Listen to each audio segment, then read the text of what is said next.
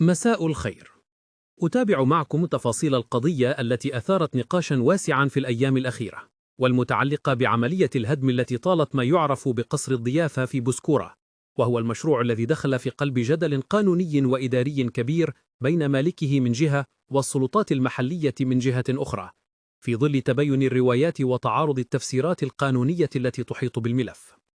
في البداية خرج دفاع مالك البناية المحامي محمد كفيل ليقدم روايته لما حدث، معتبرا أن عملية الهدم شكلت حسب تعبيره تجاوزا في تنفيذ قرارات السلطة وشططا في الاستعمال، ويقول إن موكله شيد البناية استنادا إلى رخص قانونية سلمت له سنة 21 و2000، وأن الجدار الذي جرى هدمه كان مشمولا بالترخيص، وأن إزالته خلفت فراغا سهل عمليات سرقة اضطر معها المتضرر إلى وضع شكاية رسمية. ويؤكد المحامي أن ما نشر من ادعاءات حول علاقة المالك ببرلماني معين لا أساس له من الصحة، وأن تلك المغالطات على حد وصفه أضرت بسمعة الموكل، إضافة إلى خسائره المادية التي تقدر ب16 مليار سنتيم. ومن بين النقاط التي شدد عليها دفاع المالك إن العقار موضوع النزاع هو ملك خاص وليس عقارا للدولة،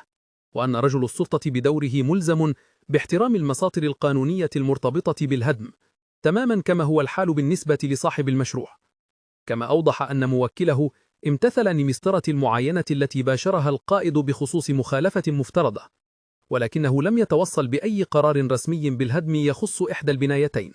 وأشار إلى أن المخالفة التي جرى الحديث عنها تسمى مخالفة العلوم، وهي حسب تعبيره مبنية على استنتاج غير مدعوم بخبرة تقنية تحدد سلامة البناء أو عدم مطابقته للأرض. ويؤكد كفيل أن الرخصة التي حصل عليها موكله في غشت من سنة 21 و2000 سحبت في نوفمبر من العام نفسه،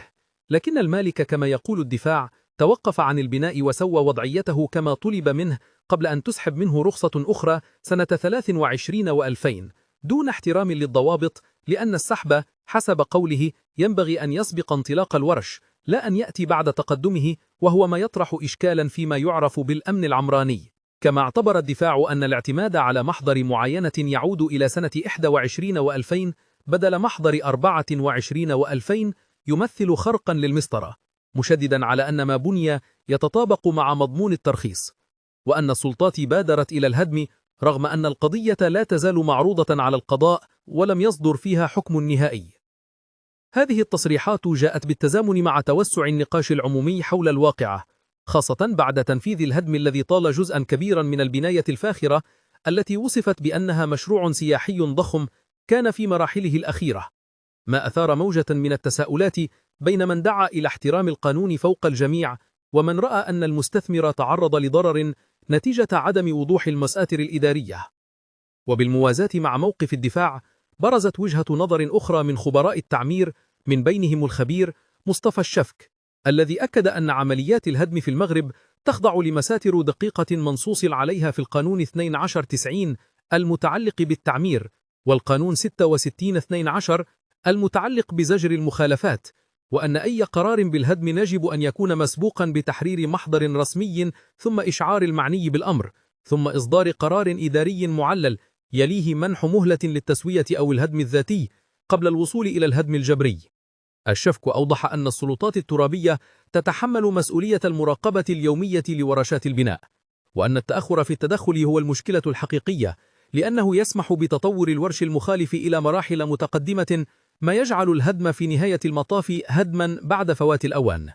كما أشار إلى أن الجماعة الترابية تتحمل بدورها جانبا من المسؤولية لكونها الجهة المخول لها تسليم رخص البناء، بينما يظل دور الوكالة الحضرية أكثر ارتباطا بالدراسة المسبقة وأقل حضورا في المراقبة الميدانية. ويبين الخبير أن تفاوتا كبيرا يحدث أحيانا بين ما هو مصادق عليه في الوثائق الأولى وبين ما ينجز على الأرض، ما يستدعي تعزيز الشفافية والتنسيق بين مختلف الهيئات المتدخلة، لأن أي اختلاف في هذا الإطار يفتح الباب أمام نزاعات عمرانية معقدة. وبين الرواية القانونية للدفاع والتحليل الإداري للخبراء، تبقى السلطات المحلية متمسكة بأن الهدم جاء نتيجة مخالفات واضحة في طبيعة الاستغلال المفترض للأرض، في حين يعتبر صاحب المشروع أن ما وقع له يمثل إخلالا بالضمانات القانونية التي يفترض أن تمنح لكل مستثمر، وأن تنفيذ الهدم قبل صدور حكم نهائي يمثل من وجهة نظره مسا بحقوقه. ومع توالي المعطيات يبقى الرأي العام مترقبا لما ستسفر عنه الإجراءات القضائية المقبلة، ولما إذا كان الملف سيفتح الباب أمام مراجعة شاملة لمساطر البناء والمراقبة، أو سيبقى حادثا منفردا تناقش تفاصيله ضمن سياقه الخاص. وفي كل الأحوال فإن قضية قصر الضيافة أصبحت نموذجا يطرح فيه سؤال التوازن بين حماية المشهد العمراني من جهة وضمان حقوق المستثمرين من جهة أخرى، في ظل منظومة قانونية تتطلب الكثير من الدقة في التطبيق والمتابعة.